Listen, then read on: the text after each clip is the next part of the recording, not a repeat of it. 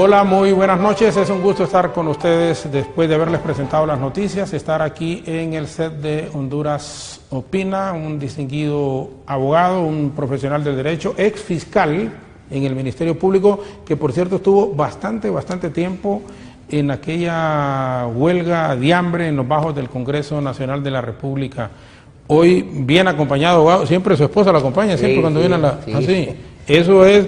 Esenia no viene porque es parte, pero siempre, abogado, muchas gracias. Un placer. Gracias por la invitación. Gracias, un placer estar aquí en su programa. Gracias. Óyeme, ahorita que dije yo eso de la huelga, no es el tema obviamente, sí, pero ¿le trae algunos recuerdos eso de la...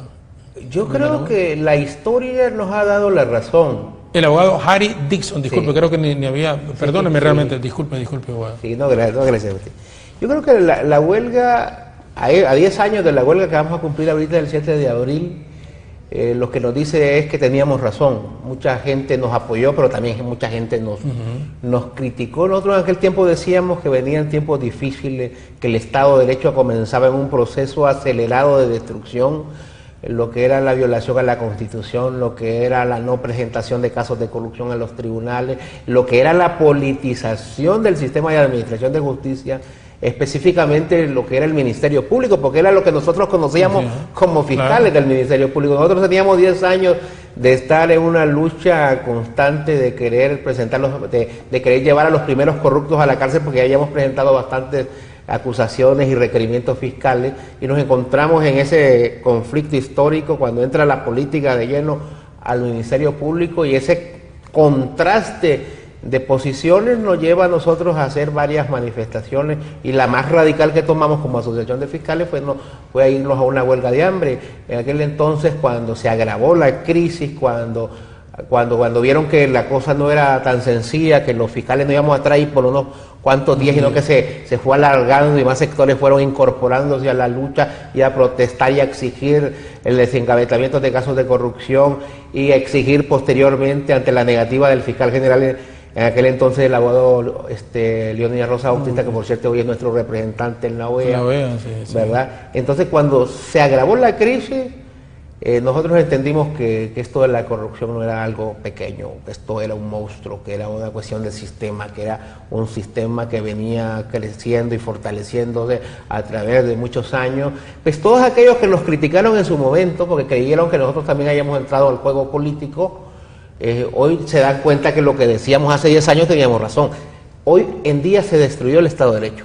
Hoy ya no existe Constitución, hoy ya no existe un Ministerio Público, hoy no existe una Corte Suprema de Justicia, hoy no existe nada. Hoy existen empleados en un edificio que se llama Corte Suprema de Justicia, hay empleados en un edificio que se llama Ministerio Público, pero el cumplimiento de la Constitución, de las demás leyes, de todas estas leyes que se aprobaron para que el sistema de administración de justicia funcionara, pues ya no existe.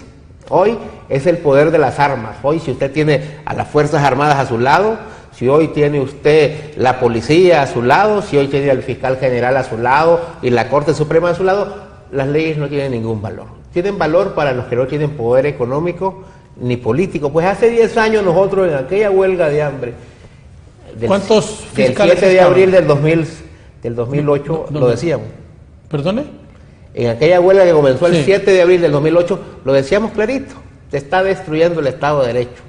Nos han contaminado un Ministerio Público que para nosotros era un orgullo, porque jamás nos presionaron para hacer algo ilegal, jamás nos habían dicho oculte este expediente. Cuando vienen las nuevas autoridades, en aquel entonces el abogado Ovidio Navarro, lo de la huelga era Leonidas Rosa, pero más antes, que ya había comenzado la crisis, el abogado Ovidio Navarro, que había sido apoderado legal del presidente Calleja, ¿verdad?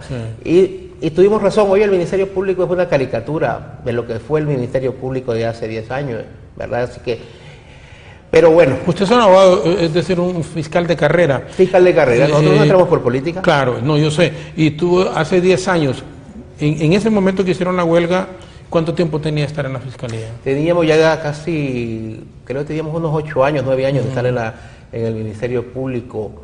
Entraron bastante jóvenes, porque creo que fue una camada de profesionales del derecho que ingresaron al Ministerio Público. Sí, fue una idea del abogado Edmundo Orellana, porque el abogado Edmundo Orellana decía... ¿Fue el primer fiscal? Sí, decía el abogado Edmundo Orellana, recuerdo yo muy bien sus palabras, decía, estos muchachos que vienen de la universidad, que vienen saliendo, no vienen contaminados, sí, ¿verdad?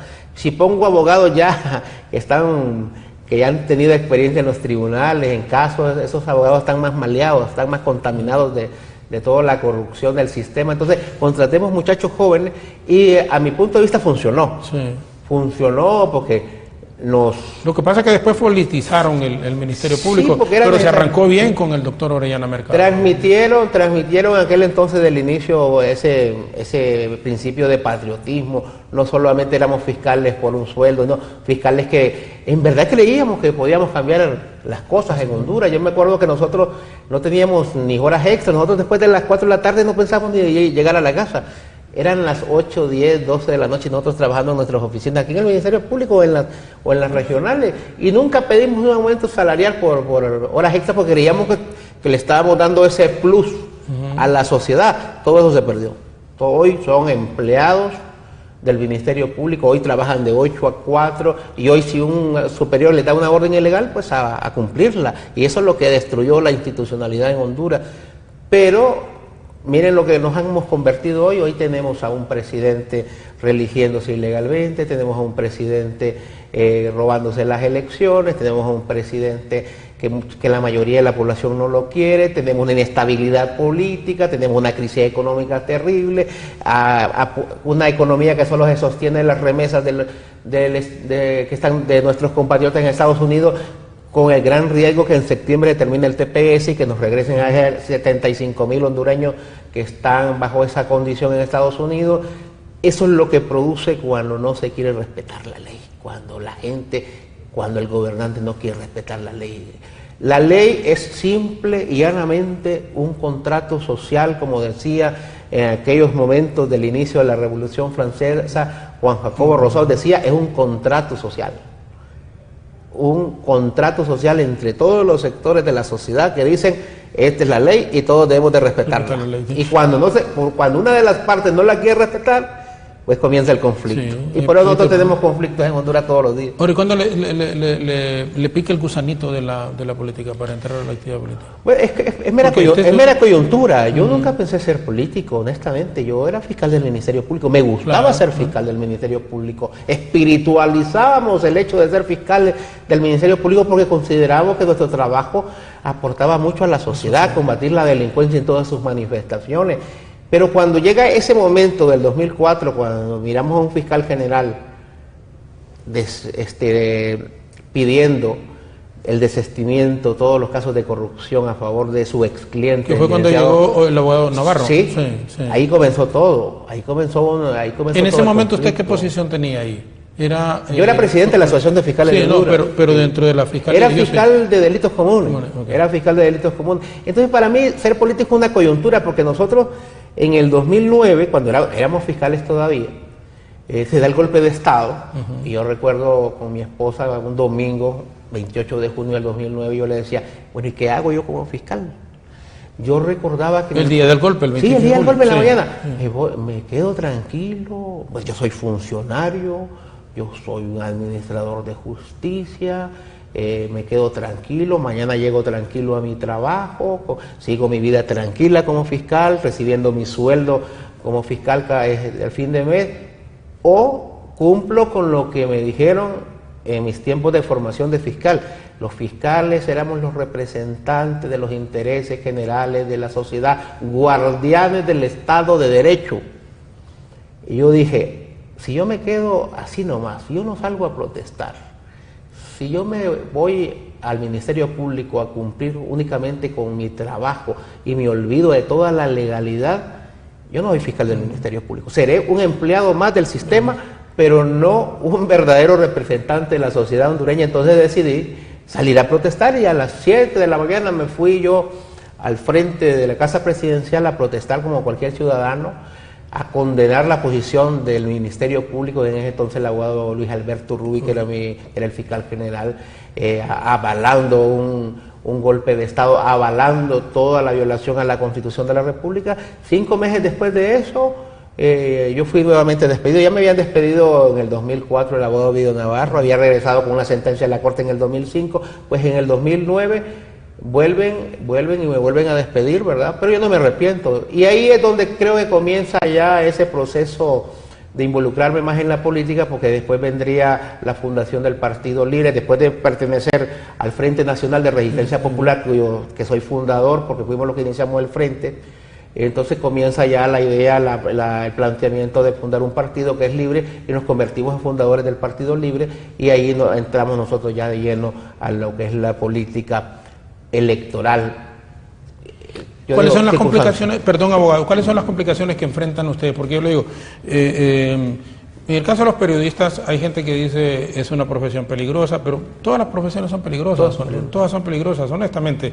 Y aún así mi esposa pasa preocupada, mis hijos a veces pasan preocupados, y que yo no soy un periodista que me ando metiendo mucho pues en problemas, procuro no meter, pero sí sé que siempre se generan dificultades cuando uno hace algún comentario diciendo a veces que uno le dice, bueno, todo esto se originó de una reelección que no debe haberse dado. O sea, ese es el principio. Claro. Después vienen un montón de cosas que ya llegando a esto yo digo, bueno, no tenemos que estarnos matando entre los mismos hondureños, claro, ni de izquierda ni de derecha, pero siempre genera algún problema el tipo de comentario que uno hace. Y le hago esta pequeña reseña porque aquí anda su esposa. Cuando usted se ha metido todo esto, ¿cuántos hijos tienen, por ejemplo? Cuatro. Imagínate 4 hijos. ¿Cuánto tiene el mayor? Tiene 18 ya. 18, ya es un muchacho, ya es un adolescente, ya grande. 18. Una muchacha, sí. Perdón, una muchacha universitaria seguramente. Sí. Entonces, papi, no te metas, papi, o mami, habla con mi papá, porque siempre ocurre eso. O sea, pero el que los ha llevado a mantenerse así unidos y en esa lucha tan de frente que usted le ha hecho. Bueno, yo creo que desde niños ellos han crecido en ese ambiente. Desde que comenzamos estas luchas, ellos estaban bien pequeños. Ellos se han ido acostumbrando, lógicamente que no les gusta hoy que están más grandes. Antes cuando eran chiquitos no asimilaban mucho los peligros que representa esta lucha, pero ya grandes ya empiezan a reclamar, ya empiezan a preguntar, ya empiezan a estar pendientes si llego o no llego a la casa, ¿verdad? Entonces, hoy que están más grandes me parece que la afectación es mayor. Antes chiquitos pues no sabían lo que estaba pasando. Claro, por el nivel de captar. Pero hoy sí ellos ya los veo yo más preocupados, ya tienen 16, 18, 10, 11 años, pero ellos deben de entender que uno lo hace por ellos. Yo he visto en todas esas manifestaciones que hemos tenido con la gente del pueblo en la calle, en cualquier manifestación he visto lo que es la tragedia del pueblo hondureño, muchachos y muchachas sin estudio, muchachos y muchachas involucrados en otro tipo de cosas, abandonados totalmente. He visto niños y niñas abandonados por sus padres porque se fueron para los Estados Unidos, ni saben si llegaron o no llegaron. He visto muchachos víctimas o señoras víctimas de la delincuencia. Hemos estado en colonias donde es raro ver una madre que no le han asesinado a un hijo, por ejemplo, y todo eso a uno le fortalece más la conciencia. Entonces uno dice, ¿me podría yo encerrar en mi casa, ganar mi salario y construir un mundo pequeñito, ¿verdad?, dentro de mi casa y olvidarme del resto de la población? Pero cuando uno ya conoce toda esa realidad, uno no se puede quedar tranquilo. Por lo menos yo no me puedo quedar tranquilo. Alguien dice, Harry, quédate tranquilo ahí.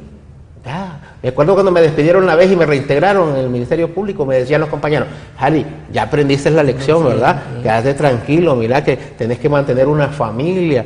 Ay, cuando empezaron a salir nuevos casos de corrupción y yo miraba que el fiscal general los engavetaba y que no quería que se presentaran solamente porque iba a afectar a personas de poder económico y político, y no me quedaba yo otra y volver a salir a los medios a denunciarlo, y ya estaba yo otra vez emproblemado. ¿Y cómo hacía esos meses que estaba sin trabajo? O sea... Bueno, yo soy abogado, yo creo que gracias a Dios. De los tribunales. Sí, gracias a Dios.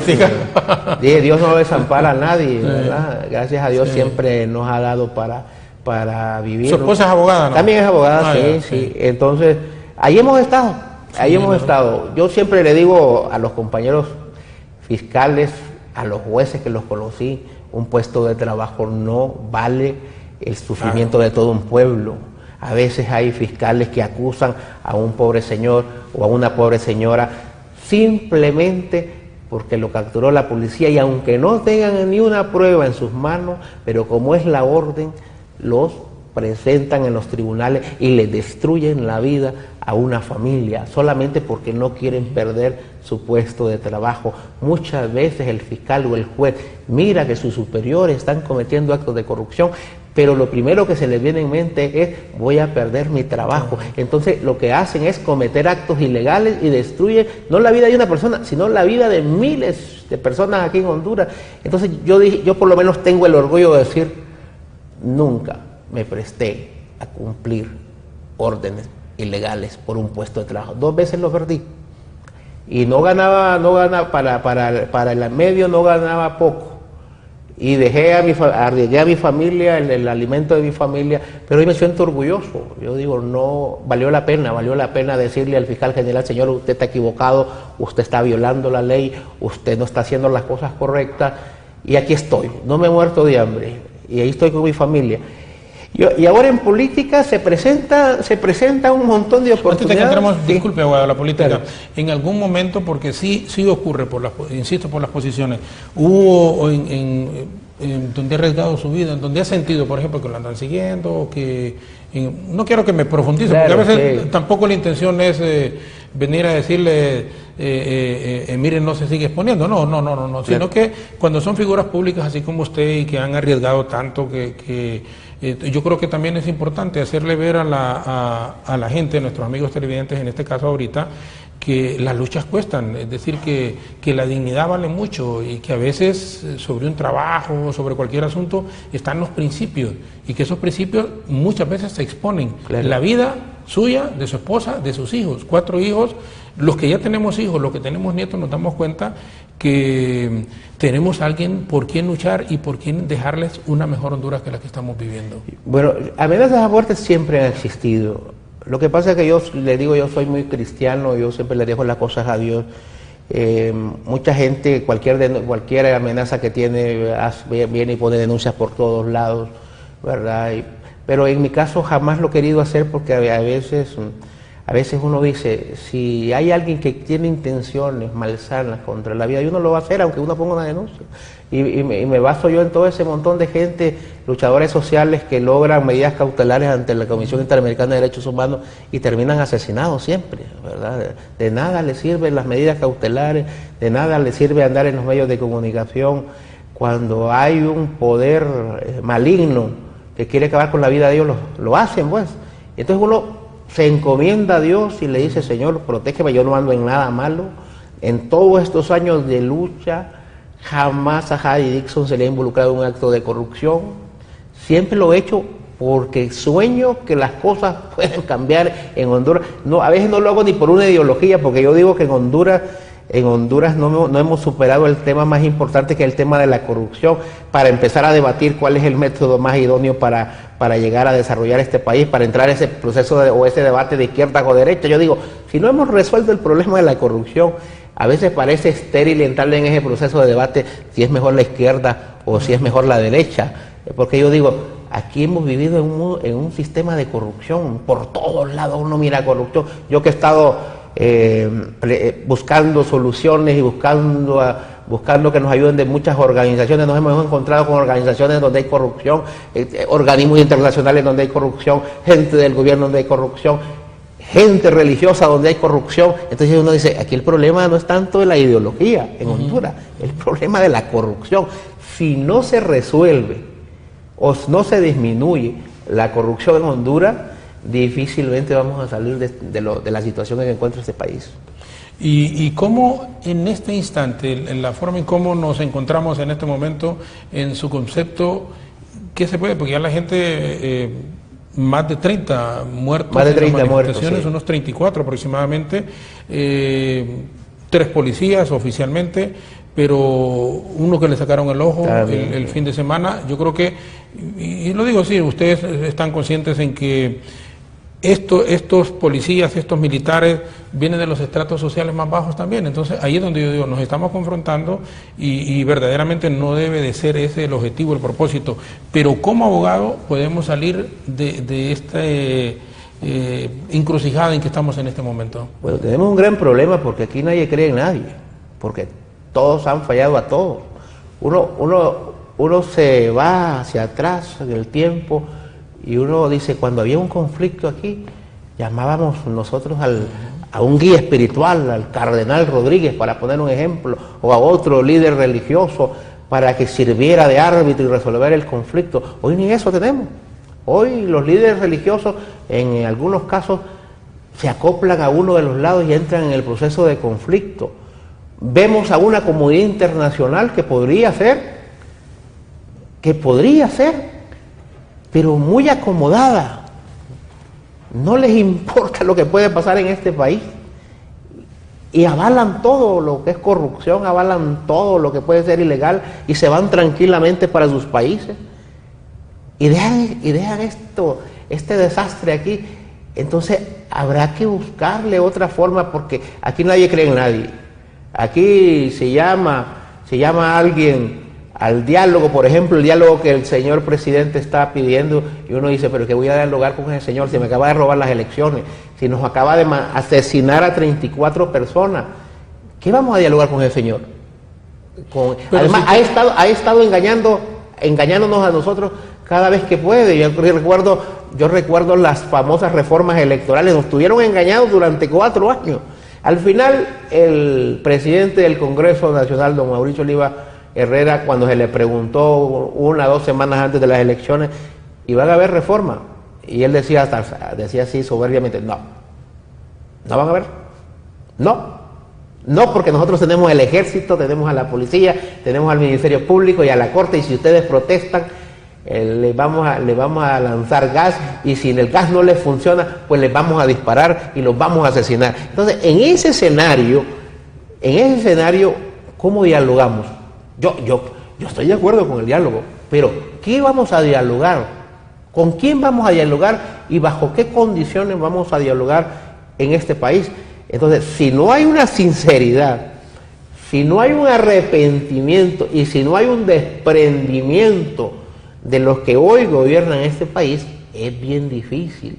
Lo que no se dan cuenta es que han destruido todo.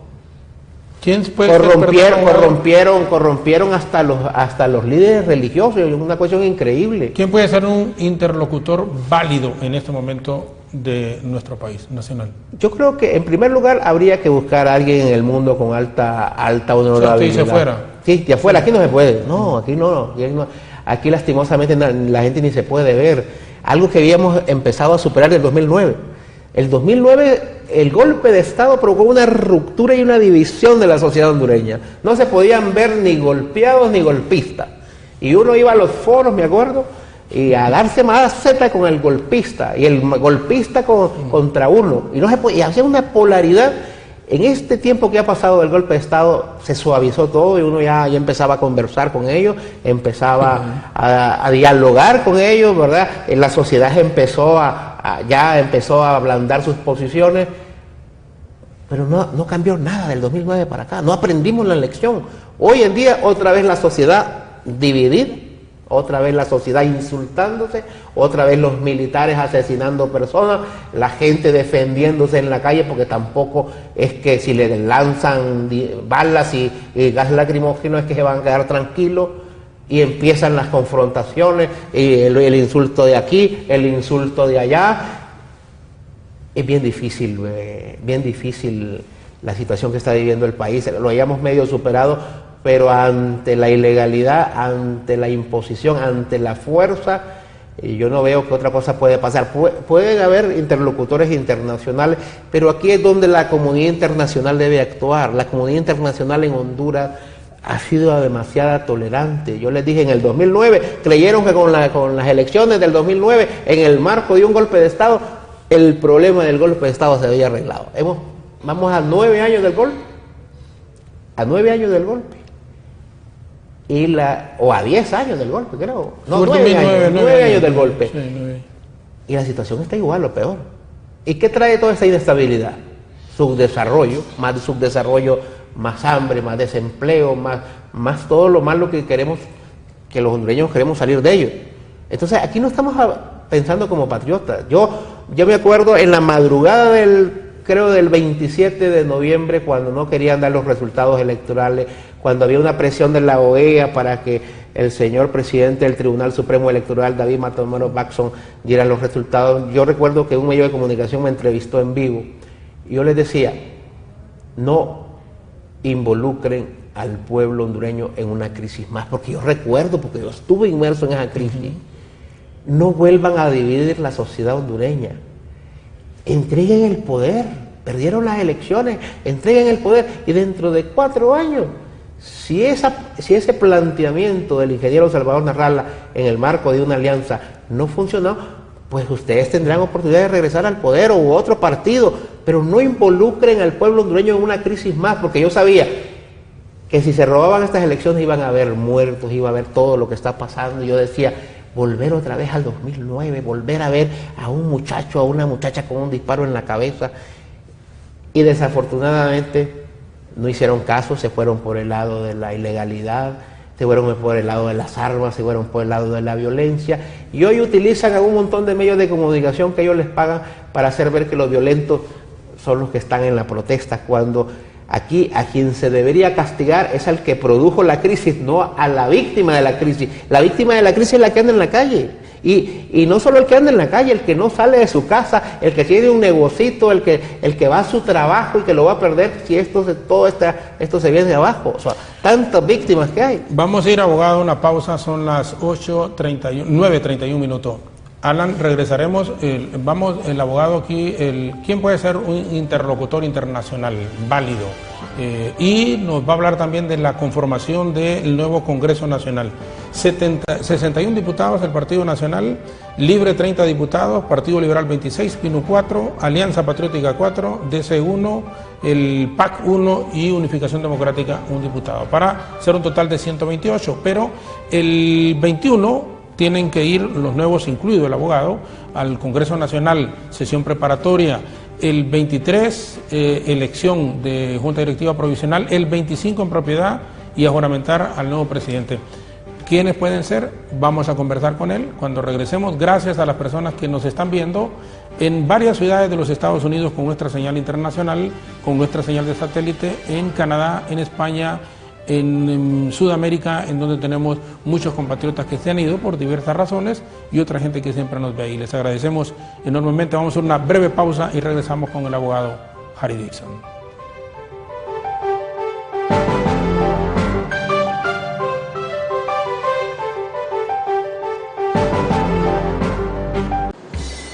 Buenas noches. Quiero mandar un envío Banco Azteca Honduras. Primo, Felicitaciones por tu cumpleaños. te lo agradezco mucho, primo. Te mandé el dinero por MoneyGram, ya lo puedes recoger. Gracias, hermano. ¿No tenés dónde reclamar tus remesas? Un domingo por la noche, acompáñame.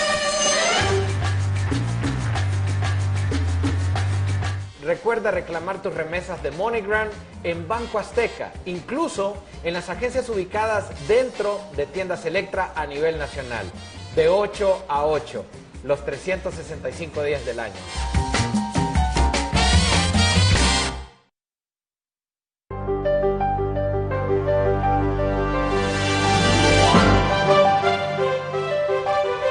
Son las 9:34 minutos, 21 horas 9 de la noche con 34 minutos. Tadeo Morales, gracias Patricia Ordóñez, excelente abogado, dice Patricia. Tadeo Morales, claro que no piensan en ser patriotas, dice, lo que piensan es cómo mamar, bueno, la teta, dice. Oscar Varela, María Rodríguez de los Estados Unidos. Felicidades Jorge, un buen programa, imparcial, eso necesita Honduras. Walter Fernández, mientras haya muertos para usarlos no importa, dice Antonio Aparizo. Todas estas personas, muchísimas personas que están conectadas en este momento con nosotros. Abogado, agradecemos por supuesto, como decían, a la gente que está en el exterior, aquí en nuestro país también, muchísimas gracias a las personas que están conectadas con Azteca Honduras. El 21 de este mes, bueno, hoy es 8, estamos a 13 días, ustedes tienen que regresar, porque el Congreso que están finalizando no lo volvieron a llamar. Yo creo que ya no van a convocar. Ya no, sí, casi estoy seguro que ya no. E incluso el presupuesto están trabajando con el de el 2017. Bueno, una cosa que habría que hacer la observación, ¿Cuánto se criticó al expresidente Callejas por no aprobar el presupuesto y nosotros no lo aprobamos? Callejas, perdón, el expresidente Mel Zelaya, sí, Mel Zelaya, sí. En aquel tiempo del golpe de Estado, que decían, es que él cometió un delito al no aprobar el presupuesto. Y hoy no hemos aprobado presupuesto. O sea, y no pasa nada porque la misma ley de presupuesto dice que se sigue con el presupuesto anterior. Pero ¿cómo hicieron escarnio de aquel presupuesto que no se aprobó en aquel año del 2009? Hoy el señor Juan Orlando Hernández tampoco aprobó el presupuesto, o este Congreso no aprobó presupuesto porque no lo convocaron, ¿verdad? Y no pasa nada, ¿verdad? Oye, abogado, bueno, salió diputado el periodo pasado. Sí. ¿En algún momento dudó que podía salir en este nuevo periodo? Era más complicado, era un poquito más complicado, porque acordémonos que cuando se va a una reelección empiezan a revisar lo que hizo y lo que no hizo dentro del Congreso Nacional. También hay que agregar... El desgaste político que hay que agregarle también el hecho de que las campañas hoy son muy caras. ¿Cuánto gastó usted, por ejemplo, en esta reelección? No, yo gasto poco, honestamente, en comparación. Le gastó el pistón al abogado. En proporción a lo que gastan otros candidatos, yo gasto muy poco, y eso es una desventaja porque hay gente que está en todos los medios de comunicación, están en todos los medios de comunicación, y medios de comunicación que cobran bastante caro, pero uno dice, pero si yo voy a dar 500,000 lempiras mensual para que me salga mi cara todos los días en un medio de comunicación de eso, ¿a qué voy al Congreso? A venderme. Sí, es correcto. Sí. Y si el pueblo no quiere votar por mí, es porque no hice bien el trabajo, o porque no están de acuerdo con las posiciones. ¿Cuánto gana un diputado ahora? 55,000 lempiras, sí, más las deducciones, le dan algo para el combustible, creo, ¿verdad? Pero, o sea, no es gran sueldo. Yo le digo, mucha gente se hace diputado no por el sueldo. Sí, por otro. Porque uno queda asustado. Yo el otro día hablaba con un diputado, no voy a decir de qué partido, estábamos en un foro y le digo, ¿y qué pasó que no se lanzó? Mire, es que gasté demasiado en la vez pasada. ¿Y cuánto gastó? 40 millones de lempiras. ¿Y para qué gastó 40 millones de lempiras? ¿Dónde va a recuperar? ¿A dónde va a recuperar usted 40 millones de lempiras? Entonces, yo digo, ¿a qué va el Congreso? O sea, va a hacer negocios al Congreso, porque con el sueldo no lo va a sacar nunca. No. Porque la gente dice, ay, los diputados solo pasan ganando ahí y no hacen nada. Pero yo le digo, el salario no es por lo que van muchos diputados al Congreso. Hay gente ahí dueña de naviera, dueña de transporte, dueña de un montón de cosas que logran contratos jugosos con el gobierno a través del soborno. Ayúdame con este proyecto y yo te doy el contrato del Estado para que te ganes no sé cuántos millones, o si no, aquí están 15 millones y para que me des ese voto, 10 millones para que me des ese voto, y salen ganando, pues gastó 40 millones y salió con 80, 100 millones de lempiras. ¿Y ese fondo departamental, usted lo no, ese fondo lo quitó don Juan Orlando Hernández en el gobierno. Congreso lo pasaron a presidencial. Sí, lo pasaron a presidencial, y todo aquel que se quería ir a vender, bueno, iba a casa presidencial, ¿verdad? Y le decían, mira, tienes que votar por tal proyecto, y le daban el fondo. Esa es otra también de las desventajas que tuvimos nosotros en la campaña pasada, porque honestamente la gente, nuestra base, siempre pide apoyo, ¿verdad? Por pequeños proyectos, y uno dice, pero con mi salario, ¿cuánto puedo hacer? ¿Verdad? Eso fue una gran desventaja para toda la bancada de Libre, que no se le dio ni un 5, y los que agarraron dinero pues se expulsaron del partido, y hoy ahí están con unos procesos penales, ¿verdad? Entonces no es fácil ser diputado en la oposición, y peor aún cuando seas diputado honesto. Y yo le digo, algunos dirán, mentira, no es honesto. Yo les digo, yo les doy mis cuentas, revisen todo, les autorizo para que vayan al banco, y no tengo ningún problema, porque honestamente yo no me hice diputado para irme a corromper. Me cuidé mucho en mis 14 años de fiscal del Ministerio Público. Creo que nadie puede decir que Harry Dixon fue corrupto como fiscal del Ministerio Público, y cuando salga diputado quiero que digan, Harry Dixon nunca fue corrupto como diputado en el Congreso Nacional. Difícil, sí, salir reelecto, porque hay bastantes limitantes en comparación con los que se está compitiendo, ¿verdad? Bastante desventaja. ¿Quién debe ser el presidente del Congreso Nacional? Tomando como base, porque miren, los liberales se han ofrecido y dicen que debe ser uno del Partido Liberal, pero si los nacionalistas con 48 diputados la vez pasada lograron ser la presidencia del Congreso con el doctor Oliva, honestamente, independientemente de que para pesos y contrapesos debería de ser de un partido de oposición, pero tampoco el Partido Nacional va a permitir, teniendo 61 diputados y pudiendo conseguir esos 4 votos más, que va a conseguir más en el Partido Liberal. se va a dejar quitar la presidencia del Congreso. Bueno, en teoría, debería ser la oposición, pero Claro, la oposición perdió su oportunidad en el 2013, en el 2014. En el gobierno, sí, que estamos por finalizar. Cuando Libre les ofreció a los liberales la presidencia del Congreso. Lamentablemente entraron en pacto con el Partido Nacional y bajo aquella frase por la gobernabilidad del país, ¿verdad?, le entregaron todo al Partido Nacional y hoy miramos los resultados. Hoy el Partido Liberal ha entendido las consecuencias de lo que es renunciar al poder, porque yo nunca, y usted que ha sido político, yo nunca he conocido un político que no esté en la política para obtener poder, ¿verdad? El objetivo de un político, de un partido político, es obtener poder. Entonces, cuando hay un partido político como Libre, que tenía 37 diputados en el Congreso, y le dice, te ayudamos, y ustedes agarran la presidencia del Congreso, y no lo quisieron en aquel momento, hoy es más complicado, hoy está más complicado. Los nacionalistas tienen 61 diputados, la gente de la UD está con ellos, la democracia cristiana está con ellos, el PAC está con ellos, hace 64, solo faltaría la Alianza Patriótica. Y la Alianza Patriótica, que yo creo que ni los han convocado para venderse, pues ya se ofrecieron y seguramente se van a vender. O sea, aquí en Honduras los niveles de corrupción en política son muy grandes. Yo digo que se conoce la gente cuando uno está en esas posiciones. Yo le digo, cuando están aquí en el Congreso, por muy honrados que se hayan presentado ante la sociedad, aquí se convierten en unos viles delincuentes, porque esos son viles delincuentes. Allá por dinero venden todo, hasta gente que parecía honorable y que la gente depositó su voto en ellos, llegan al Congreso y se transforman totalmente. O sea, parece que ese olor al dinero los transforma. Entonces esas cosas son las que yo creo que se debe cambiar, por lo menos en lo que es el pensamiento y en el nivel de análisis de la población hondureña, cómo lograr entender quién es un buen candidato o candidata en el momento de darle un voto, porque los que van a ir, la mayoría van a hacer dinero al Congreso Nacional, y la mayoría no participa, la mayoría no presenta proyectos, la mayoría ni habla en el Congreso, pero sí hacen muy buenos negocios.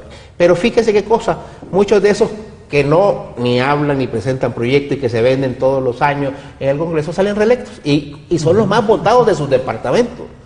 Yo he estado revisando las planillas de todos los departamentos y yo digo, pero este se vendió la campaña pasada. Y es que los que más votos obtienen. Entonces hay un problema dentro de la sociedad, ¿verdad? Y hay que resolverlo, porque lo que está llegando al Congreso por lo general no sirve, así que decirlo, ¿verdad? Y hoy lo que va a cambiar en el Congreso es que el Partido Nacional va a gastar menos dinero en comprar diputados, porque va a quedar todavía, porque tiene 61, antes tenía 48 y tenía que sacar la chequera para pagar más diputados. Hoy tiene más, hoy se va a ahorrar ese dinero. En lo único que de repente va a haber que observar el comportamiento de los partidos va a ser en los nombramientos. Creo que el Tribunal Supremo Electoral se nombra también este año. Se nombra el fiscal general también. El fiscal general son 86 votos, que ahí si no los tiene el Partido Nacional, tendrá que contar con los nacionalistas. Va a comprar 24. Por Libre, ¿verdad? Entonces vamos a ver, también hay otro fenómeno.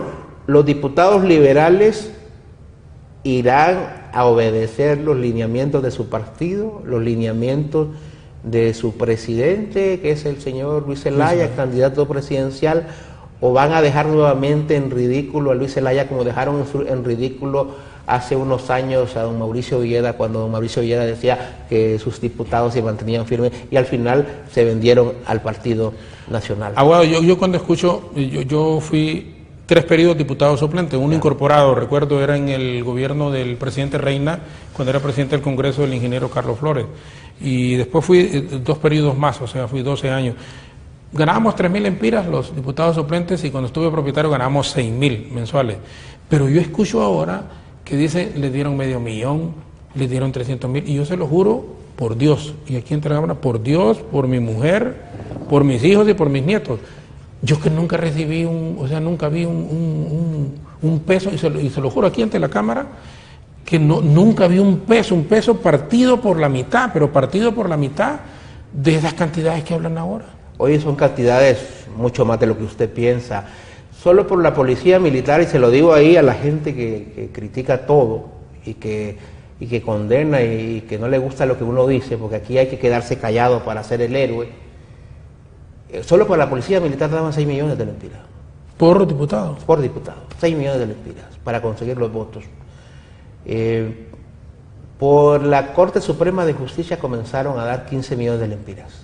15 millones de lempiras, terminaron dando 24, 25 millones y por ahí hay un diputado de Oro que dice que se llevó la cantidad de 44 millones de lempiras, ¿verdad?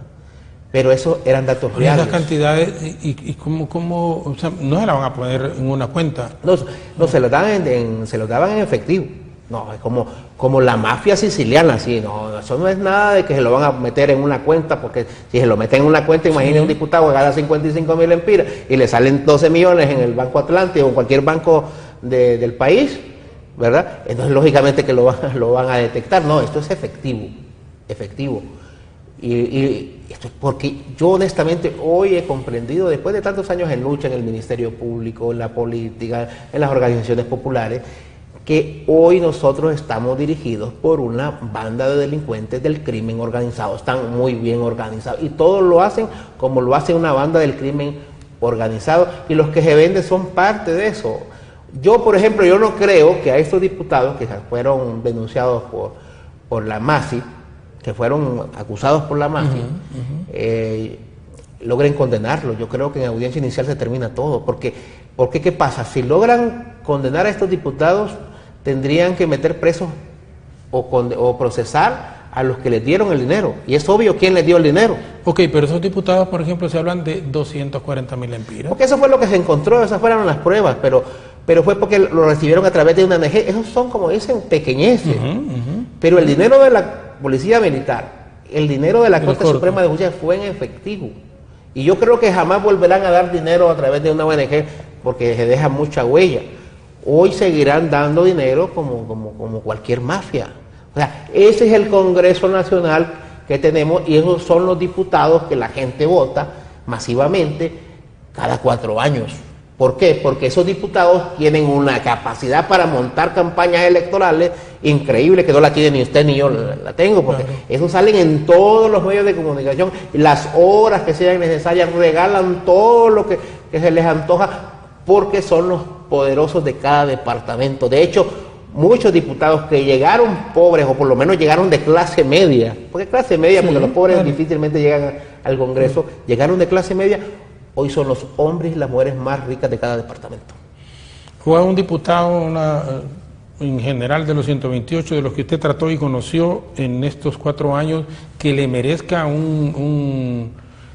este es un diputado honorable, este es un diputado en el cual realmente el pueblo hondureño puede confiar y que no pudo reelegirse por las razones que usted manifestaba? El compañero Bartolo Fuentes. ¿De Lloro? Sí, yo creo que un excelente diputado, un diputado muy comprometido con la causa, un diputado que siempre está con el pueblo y que nunca accedió a un tan solo centavo en el Congreso, pues el pueblo no lo religió, ¿verdad? Porque también los diputados que protestamos tenemos en contra campañas montadas por el gobierno a través de medios de comunicación. Entonces mucha gente se lo cree, ¿verdad? Mucha gente dice, sí lo dijeron en tal canal. No, pues ese señor, dijeron que ese señor no era muy creíble, que ese señor no le gustaba andar ahí protestando, entonces a este no le voy a dar, ¿verdad? Entonces esas campañas que se montan muchas veces en los medios de comunicación terminan que diputados buenos, que diputados que van a hablar por el pueblo, que van a protestar por el pueblo, no sean reelectos, así de sencillo, ¿verdad? Y ellos tampoco tienen la capacidad para montar una campaña publicitaria muy fuerte, porque no tienen el dinero, porque como no robaron, es bien difícil montar una campaña como la que montan los diputados de partidos tradicionales, por ejemplo. Los cuestionamientos que recibe el líder de la alianza, el expresidente Zelaya, en algún momento, ¿cómo los toma usted? Bueno, cuando se es líder de la catadura del expresidente Manuel Zelaya Rosales, es lógico que va a tener una gran cantidad de ciudadanos apoyándolo, como tiene el presidente Zelaya. Y también va a tener una gran cantidad de personas que no lo quieren. Esto es normal en todos los grandes líderes, en todos los países y en toda la historia de la humanidad. Siempre va a haber esos dos grupos, ¿verdad? El que lo quiere mucho, el que muere por él, y el que lo detesta y que lo quisiera ver muerto. Entonces, cuando vemos esas dos posiciones, yo digo, es normal. Normal, le pasó a todos los grandes líderes del mundo, inclusive uno dice, ¿cómo después de tantos años el presidente Zelaya sigue tan vigente? ¿Verdad? Porque aquí todos los expresidentes, aunque fueran golpeados o no golpeados, pasaron a la historia sin pena ni gloria. Y si alguien dice, pero el presidente Zelaya, ¿por qué sigue tan vigente? Increíble la cantidad de gente que sigue al expresidente Zelaya, que habrá cometido errores como cualquier ser humano, sí, pero tiene esa virtud de mantenerse vigente y que mucha gente crea en él, como mucha gente no lo quiere, ¿verdad? Pero esa es una característica propia de los grandes líderes. Ya muchos líderes políticos de diferentes partidos políticos quisieran tener el arrastre que tiene el expresidente Zelaya. Usted que es político lo ha de entender muy bien, por supuesto, ¿verdad? Llega el presidente Zelaya a cualquier lado y de diferentes sectores, aunque sean opositores, quieren verlo y quieren platicar con él. Aquí vino, antes de la campaña y todo, vino como a 3, 4 programas. Ajá. El ingeniero vino a unos 6, 7 programas, pero siempre el que entraba le digo, no, presidente, apúrese que hombre, yo soy político, tengo que saludar. ¿Sí? ¿Es cierto? No, tiene una forma muy peculiar de ser que genera también esa simpatía, lo que te dice un sector que no lo quiere, pero hay un sector bastante grande en el país que tiene una gran simpatía. Yo recuerdo una vez que llegó un grupo fuerte de jóvenes nacionalistas a hacer una protesta frente a la sede del partido, y al final terminaron tomándose fotos con el expresidente Zelaya y a que les firmara yo no sé qué. La cuestión es que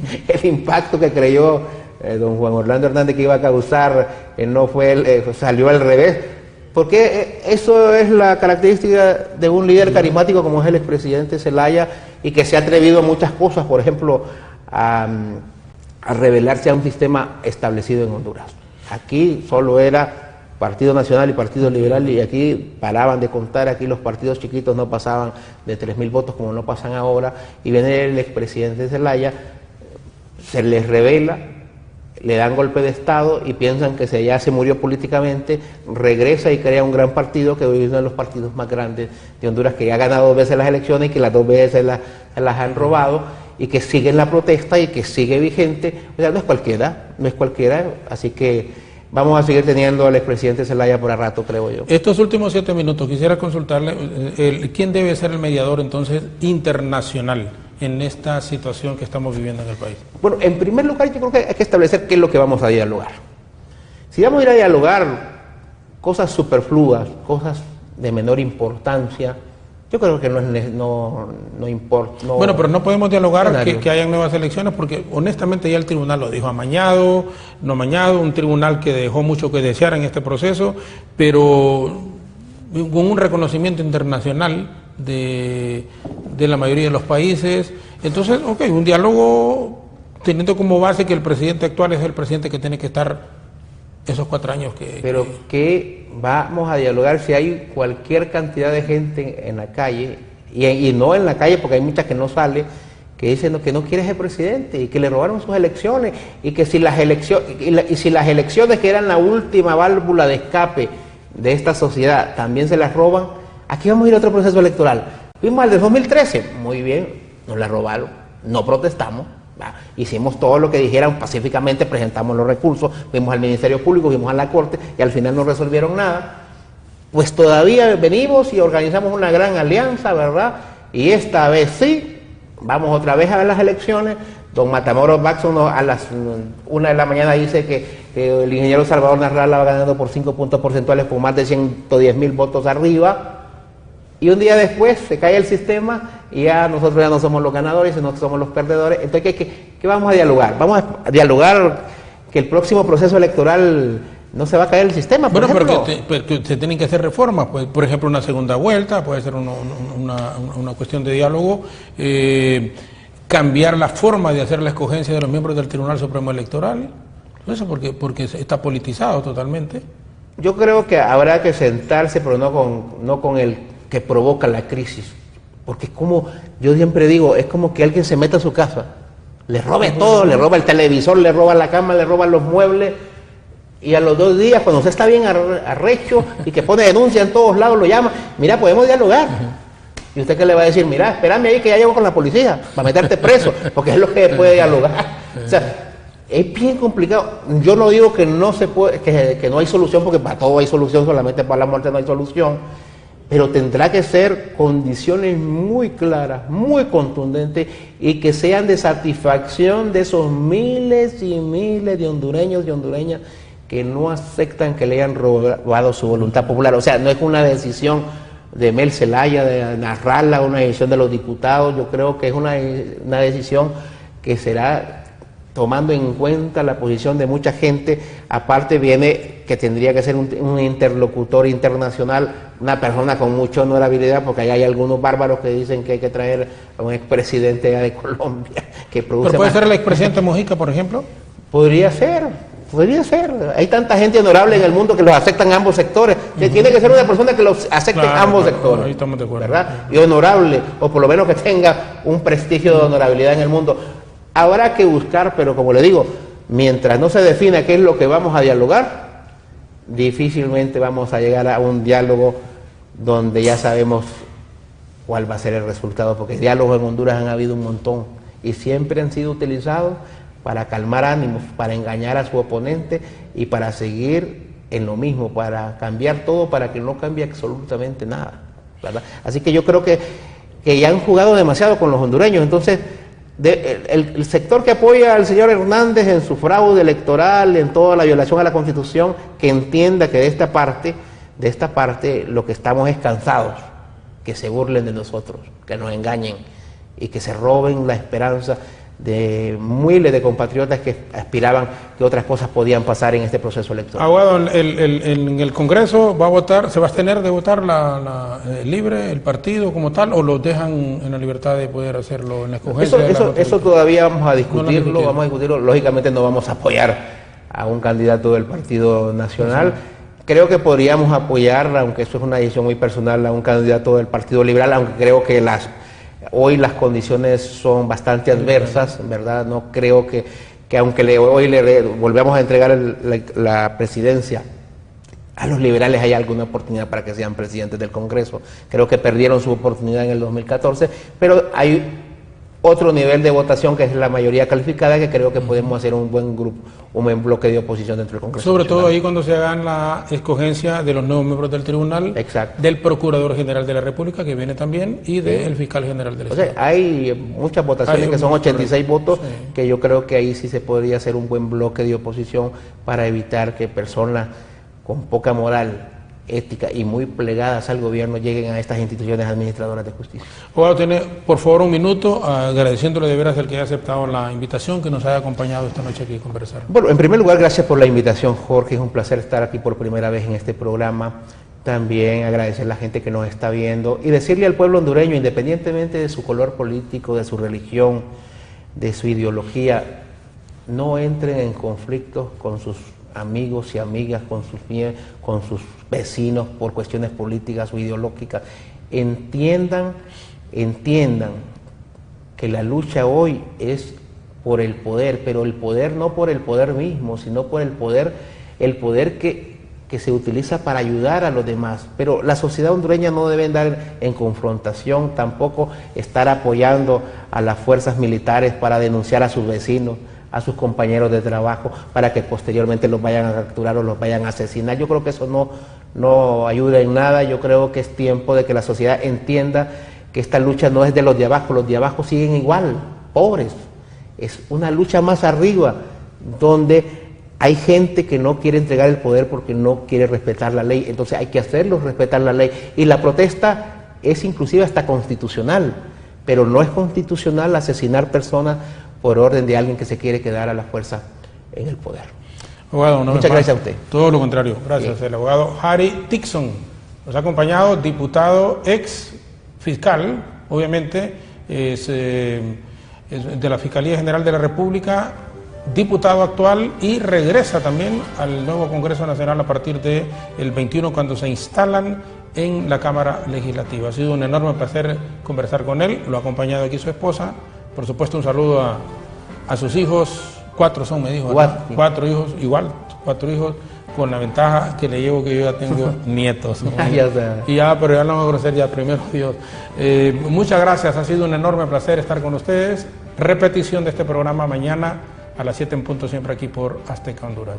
Muchísimas gracias, muy buenas noches y que Dios les bendiga.